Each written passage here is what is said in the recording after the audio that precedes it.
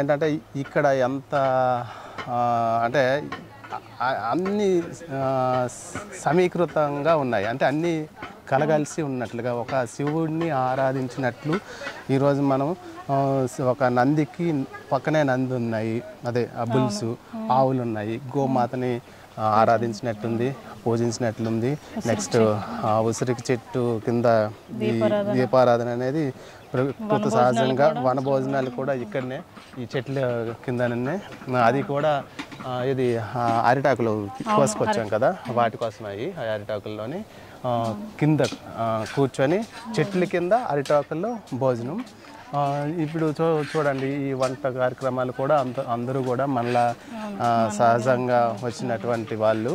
ఇదంతా ఎట్లా ఉందంటే మనం ఒక పండగ వాతావరణంలా మనకు అనిపించిన ఇది వాస్తవంగా ఏంటంటే ఒక మా పరమశివుడిని తలుచుకొని ఒక యజ్ఞంలా చేసినట్లుంది.